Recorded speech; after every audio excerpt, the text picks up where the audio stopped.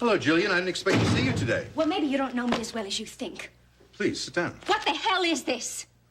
If you're referring to the article on the press conference, you know we agreed on... What we agreed on? You call this responsible representation? Oh, no, I'm sorry. Your phrase was creating a sympathetic atmosphere. I don't want any part of it. It is an embarrassment both to me and the Ryans.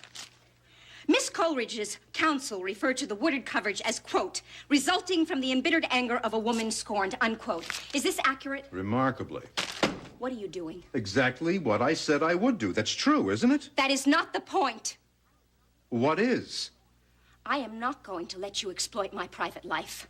Until this trial is over, you have no private life. I am not going to be tried in the papers. I am not going to allow you to use issues that have absolutely nothing to do with this case. That's very noble, but very naive. You took this case. You came to me. Supposedly because you were interested in the question of whether or not Ken had the right to die the way he wished. And you knew that was going to be the major issue in my defense. You accepted that. May I ask you a question? Isn't it true that when you were engaged to Frank Ryan, you began this affair with Ken George Jones? You know that. And you maintained this affair for several months until your fiancé found out about it. I don't have to You answer also that. had a child born out of wedlock several years ago, didn't you? I'm sorry, Jillian. But I have got to make you understand the position you're going to be in when you walk into that courtroom.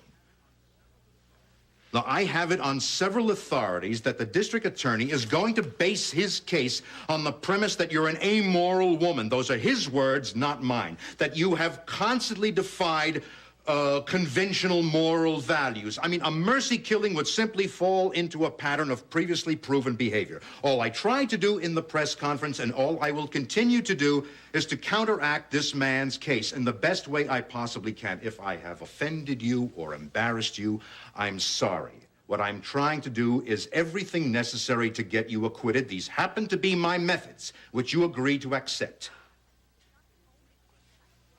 That is not the only thing that I am worried about. I don't like the direction you're taking with Barry Ryan. I told you from the beginning I wanted to conduct my own defense because I didn't want to have to accuse anyone else. Yes, I understand. Oh, do you? I spoke to Maeve Ryan last night. She said that you spoke to her and Delia, and it was her impression that you were setting Barry Ryan up to get me off, and I won't have it. Jillian, you must allow me the freedom to develop my defense. If Barry Ryan had the opportunity and the intention, it is my responsibility to find that out. What we do with that information will be totally up to you. Now, look, very shortly I'm going to have a meeting with Barry Ryan. If you have any reservations about how I'm handling the case and you would like to reassure yourself, please feel free to join me. Yes, I would. Barry is a friend. He loved Ken, and I am not going to be responsible for getting him a conviction. Even at your own expense? I hope it doesn't come to that, but if it does, the decision will be yours. You come with me today. You sit there and you listen. All I'm asking you to do is to bear in mind one thing. Would he do the same for you?